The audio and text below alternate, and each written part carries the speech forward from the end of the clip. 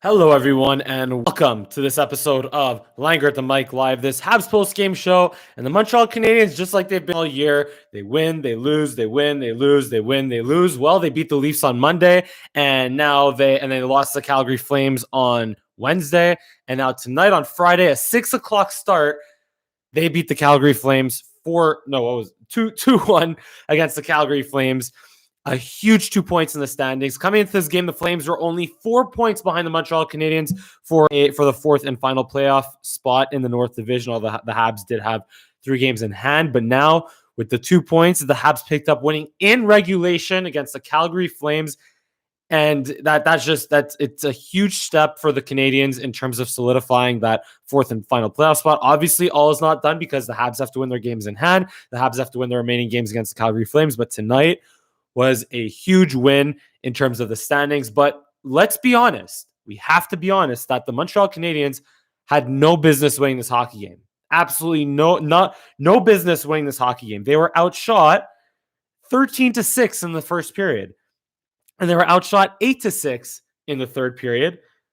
Outshot 29-20 overall. They were dominated. Okay, maybe not dominated, but they were bested in the faceoff circle. 53% to 46 by the Calgary Flames. They had 22 giveaways through 2 periods. I don't know what the final tally was, but at least on at the intermission report on RDS, it was reported it was 22 giveaways after 2 periods. So the Canadiens, even after their poor performance on Wednesday, they did not play well tonight. And Ben Sherratt, the big one of the bigger stories in the pregame, at least. Oh, of course, the Montreal Canadiens. I don't know if they officially called up Cole Caulfield to the active roster. They definitely called him up to the taxi squad. The only reason I think right now the reason why he can't be on the active roster is because of the salary cap, and they'd have to probably put someone on waivers to make it happen. But on the day that Cole Caulfield gets called up and Ben Sherratt comes back into the lineup after missing 15 games since that fight against the Vancouver Canucks, he draws back into the lineup and gets to play alongside Shea Weber right away, where Shea Weber and Brett Kulak were not great, but they also weren't the worst pairing in the world. And Shea Weber, we all know his struggles. He struggled again tonight, -1, 21 minutes of ice time, of course. And Ben Sherratt in his first game back was 22 minutes of ice time, which was quite rich for Ben Sherratt. And again, just that pairing struggled, and they were like, there was one point late in the first period where Shea Weber, just because he decided to half-ass a clearing attempt to no one, like a soft, weak, weird pass up the boards towards the Habs bench where no one was there except Sean Monahan. Monahan intercepted it, and the Flames were in the Habs zone for the last 2.5 minutes of the first period, where again, the Habs just got dominated. And in that entire first period, even despite, or when they're expected to come out strong and come out flying after that bad loss on Wednesday. So they came out flat again in the first period, again, outshot by the Flames 13-6, 14 giveaways alone in the first period.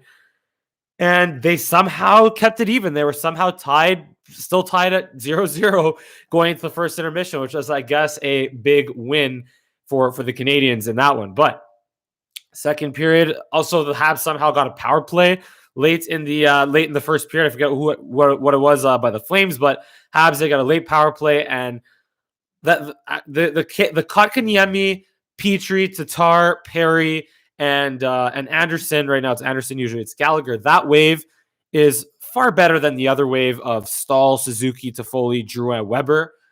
And right away, the power play in general is not good right now. Let's be real. They still only have 2 goals since the COVID break, and what is it now? 8 games since the COVID break.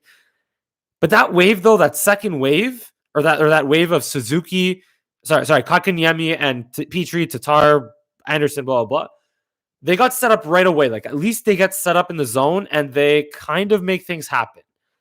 But then the Suzuki, Toffoli, Stahl, blah, blah, blah line doesn't really make much happen on the power play. Okay, Toffoli had a nice little kind of chance down low, but there really wasn't much more to it, and they kept. I feel like they're still favored as they're still considered the number 1 unit over Kotkaniemi, Anderson, Tatar, Petrie, and Perry. But either way, second period, at least the Habs kind of pushed back a little bit, but then there was Elias Lindholm missing a wide open net because Petrie and Edmondson had to desperately clear the front. There was a shot where Jake Allen, who by the way played phenomenal tonight, and he was one of the main reasons why the Montreal Canadiens were tied at 0-0 going into the first intermission. But yeah, just like one chance for the Flames, one missed chance for the Flames. They have two shots at burying it in the wide open net, and Petrie basically boxed out, or just, I don't want to say tackled, but he prevented Tkachuk from pouncing on a loose puck in the crease with a wide open net. Jake Allen caught out of position, one of the rare times he's caught out of position on the night, and Petrie prevented Tkachuk from burying it. And that led to the next shift or a couple of shifts later where Nick Suzuki or Armia fed it down to Suzuki or down the corner, and Suzuki made a really nice pass to Tyler Toffoli, who snuck through the Flames defense like he does so well, just quietly found his spot in a dead spot in the middle of the slot. The Flames completely abandoned him, something that the Montreal Canadiens defense usually does. Toffoli completely abandoned in the high slot.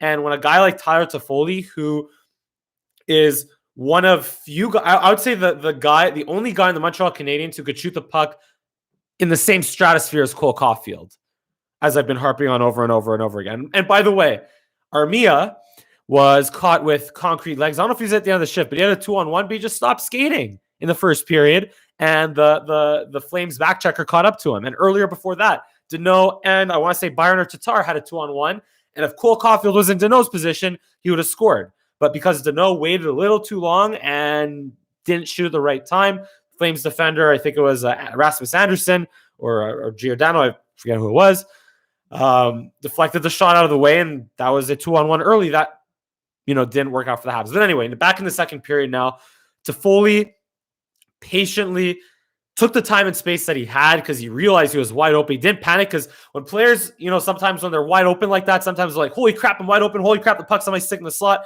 I'm going to just fire it blindly, which is good because it doesn't give the goalie a chance to set up. But Toffoli wisely and smartly took the time and space that was given to him and let go an absolute wrister, high glove, just an absolute snipe, high glove on Jacob Markstrom, who the Habs coming into this game, by the way, were only averaging 0.75 goals scored on Jacob Markstrom coming into this game. And they only got 2 tonight, which we'll get to in a little bit, but the Habs turned it around. They scored the first goal, which is key for this team. Key for this team because they still only have 2 wins when giving up the first goal and only 2 wins when trailing after 2 periods. So to get that first goal, even though it was halfway through the second period, they finally got it, and I feel like it might have relaxed them a little bit, but whatever, just took the pressure off of them to score, and they kind of settled down a little bit. Although the Flames then had a power play where they hit 2 posts. It was Rasmus Anderson and Johnny Gaudreau both hit posts, and then I think it was another defenseman. It might have been Giordano or Hanifin, whether the other defenseman was, or it was maybe even Gaudreau, broke his stick. So in a span of 30 seconds, the Flames had two posts and a broken stick. So usually it's the Habs getting that kind of puck luck, but anyway, the Habs had to survive that somehow. And look, even after 2 periods, the second period, like I said, the first period the Habs got dominated. The second period, at least they came back a little bit, but the Flames are still the better team in the second period, like they were. But the Habs were winning 1-0 after 2 periods, despite not being the better team. And like I said, committing 22 turnovers through the first 40 minutes. And even at the beginning of the third period, the Flames got possession early. The Flames controlled it right off the bat. Flames controlled it right off the bat. And then there was there was also Allen, who had to make a really nice save on Josh Lavo. Just again, Josh Allen made so many big saves tonight. Carey Price is going to start tomorrow. We'll talk about that a little bit. We'll talk about goaltending a little bit. Let's let's go through the rest of the game here.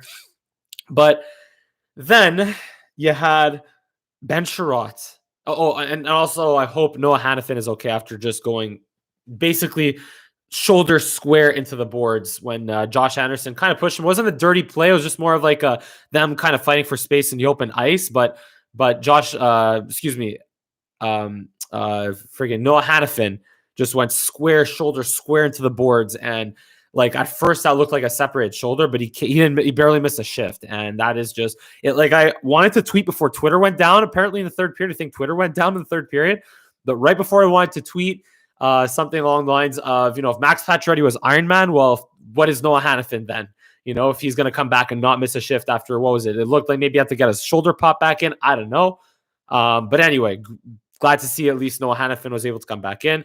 But shortly after that, you had Elias Lindholm left wide open in front of the net. Wide open in front of the net by Ben Sherratt and Shea Weber, who again struggled all night long playing together the same way they struggled before. They struggled again tonight. And I personally thought that they should have maybe kept Kulak with Weber and give Sherratt the chance to kind of ease himself back in playing alongside Romanov or something. But Dominic Ducharme / Luke Richardson thought it was a good idea to just put them right back together for over 20 plus minutes a game. And they were anxiety inducing to say the least. And on this situation here, they left Elias Lindholm wide open in front. And just he kind of fanned on that first shot, but then his backhander went off Sherratt and in the net. So it's like if the Flames are going to hit multiple posts and just miss so many plain easy scoring chances, I guess eventually you're going to have to give up an unlucky goal like that. But man, that was on Sherratt, that was on Weber, and I forget who the forward line was there, but it just seems like something has to be done with this Weber-Sherratt pairing, or more so Weber. Like I said, like I've been saying, load management. We'll talk about that again a little bit more towards the end. But then the play of the game. Suzuki, his pass goes off a couple of skates in the neutral zone, and Yoel Armia with the hustle to win the battle in the corner and pass it out in front and not so much find Tyler Toffoli, but just the work of winning that battle and getting it out in front quickly, even though Giordano was the one that went off Mark Giordano and on Jacob Markstrom. And when it looked like originally Tyler Toffoli scored that goal, it seemed to have been Mark Giordano. But just the work by Armia to win that battle in the corner, get the puck out in front quickly, was just the play of the game, and just something that, and that's something like this game was. So it was so nice to see Toffoli, Suzuki, and Armia finally start to gel a little bit together. You saw a little bit of chemistry between Suzuki and Armia in the bubble last year with Drouin. This time in this game was Toffoli. And I feel like this was Suzuki, by the way. This was also Suzuki's best game in a good couple of games, at the very least. He struggled on Wednesday. He struggled on Monday against the Leafs. And also before that, when he was playing, I would say maybe against the Ottawa game a couple weeks ago, where he was playing with Toffoli and Perry. It was a good game for Suzuki, but tonight that line was effective, and like I said, great pass by Suzuki on the Toffoli goal earlier on, and it was just nice to see that line gel together. Now the question is, can they be consistent together? I don't know, but the good news is also, what line has been consistent, I found, is Kotkaniemi, Josh Anderson, and Jonathan Drouin. I feel like the same way that Tatar and Danault are stuck together all the time, Kotkaniemi and Josh Anderson have to be stuck together. Just the only issue with Kotkaniemi is, again, the stats. He's not putting up the points that you'd want him to be putting on, but in terms of playing a two-way 200-foot game and also passing the puck, Kotkaniemi, like multiple people on Twitter, including I think myself, but just so I've been seeing on Twitter, and I agree, like if you're on the line with Kotkaniemi, you have to be ready for a pass at all times from anywhere. You have to be ready for him to give you a sick pass, kind of like Drouin. But Kotkaniemi is a center and defensively responsible. And yeah, so that was just, I feel like the Kotkaniemi line is consistent, and also Kotkaniemi is playing very well defensively. I find just supporting his defensemen. Like, yeah, him and Danault are the most consistent centermen on the Canadiens right now. Suzuki had a great game today, so that was nice to see, or a much better game tonight at least. The problem, though, is the veteran, Eric Stahl, who was acquired at the right before the deadline. And he has been, he had the overtime goal in his debut against the Oilers, which was all fun and nice, but he has been a liability out there, to say the least, and that's putting it lightly. He played 11 minutes tonight, so you see his ice time going down. At least Stahl wasn't a minus tonight. But just, there was a sequence in the second period, I want to say, where I was watching it on the RDS intermission, where just overskating the puck, just lost in terms of assignments, letting his guy get open, and then just trying to go for a shot block or trying to cause a turnover, but then overskating it, giving his man again an opening to create a chance. Eric Stahl's getting to the point where you want to see Jake Evans in the lineup over Eric Stahl? Like, I think you do, just in terms of what, like, because Stahl isn't giving you much offensively. He's not really helping on the power play, at least right now. He's not doing anything more than I think what Cole Caulfield could do on the power play. So, yeah, and Jake Evans is a good penalty kill guy for the most part. He's a good hustle guy. Played as one of his best games against the Ottawa Senators, who the Habs are going to play again, or the Habs are going to play tomorrow in less than 12 hours from now at 4 o'clock in the afternoon. So, yeah, like Stahl's just been disappointing. Can he find his game? Maybe. But I feel like he also needs to sit a game or two, given that he's just underwhelming and not playing well, plain and simple. Not playing well. But yeah, just again, Jake Allen was stellar tonight. Jake Allen was absolutely stellar. Kept the Habs in the game. He's you can say Toffoli, Suzuki are stars, maybe even Armia, but it's a toss-up between, I'd say, Toffoli, Suzuki, and Jake Allen for the 3 stars of the game. Like, just, man, like this team just doesn't give any support, any goal support to Jake Allen whatsoever. Like the fact that before this game, I think coming into this game, he had a 6-7 and I want to say 5 record. Yeah, like 6-7-5 coming into this game or something like that. So under 500, but with a 912 save percentage and a 2.5 goals against average, and you're under 500. That's not on Jake Allen. That's on the team performing in front of him. But now, if we want to talk about goaltending, it doesn't matter who's in nets for the Montreal Canadiens right now, because Jake Allen, Carey Price, for the most part, will be good enough to win you games. But when the team only scores 2 goals or less than 2 goals, you're not going to win many games like that. Even if you have prime Patrick Waugh or someone like, yeah, you have to have a goals against average under 1 to win hockey games like that as a goaltender. So just, again, Jake Allen was fantastic tonight, and Carey Price is going to play tomorrow, but it's getting to that point in the season where you got to start playing the better goaltender. And Jake Allen, he's played 5 games in a row, and we'll see how Carey Price plays tomorrow. But the injury is definitely a concern, according to what Stefan Waite said a couple of weeks or about a month ago at this point when he was fired, is that Carey Price is just kind of breaking down physically, which is a possibility. But can he still play at a high level? I like to think so. But just goaltending is just such a feel position, like pitching almost. Like, because you're just, I'd say even more so in pitching, because you're reacting to the play. So it's like you have to be in tune with what you see. You have to trust what you're reading and trust and be able to react accordingly. So if you're not feeling it, then that's how you're not going to perform well. Look at Freddie Anderson in Toronto right now. He's been injured pretty much all year, and he's been struggling. I'd say Price's struggles earlier this year have been more mental than physical, but we've seen Price struggle when he was physically or when he's been injured in the past. So at this point with Jake Allen, by the way, Jake Allen for just like a 3rd round conditional pick or something. And Toffoli, was like him and Tyler Toffoli are the 2 best acquisitions of the offseason, or the most in terms of what value Marc Bergevin brought to this team, considering that Jake Allen got acquired for, like I said, like a 3rd round pick or a conditional pick. I forget even what it was. And that Tyler Toffoli was signed for 4 years, $4.25 million a season for your leading goal scorer. When, sign me up, So yeah, those are the best signings by Marc Bergevin this offseason in terms of the value that he brought to this team. And now the only other problem is you gotta look against the Ottawa Senators tomorrow. This is where we're going to see how the Canadiens, how seriously they are taking the issue of whether to load manage their veterans or not. Because tomorrow is a perfect opportunity to sit guys like Shea Weber, sit guys like Petrie, who didn't play too badly tonight. Petrie didn't play too badly tonight, but he's still not Jeff Norris Petrie that we saw early in the year. I think he's played himself out of the Norris conversation.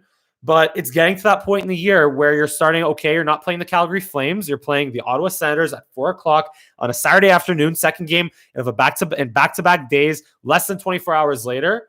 Now's a perfect chance to say, you know what, Shea Weber, you're our captain. We love everything that you do for us, even though you haven't been playing so well, but you don't say that. Just we love what you've been doing for us, and you're our captain and our leader, our veteran, blah, blah, blah. But you know what? We need you rested for the playoffs. You have to sit tonight. You have to sit tonight or this afternoon.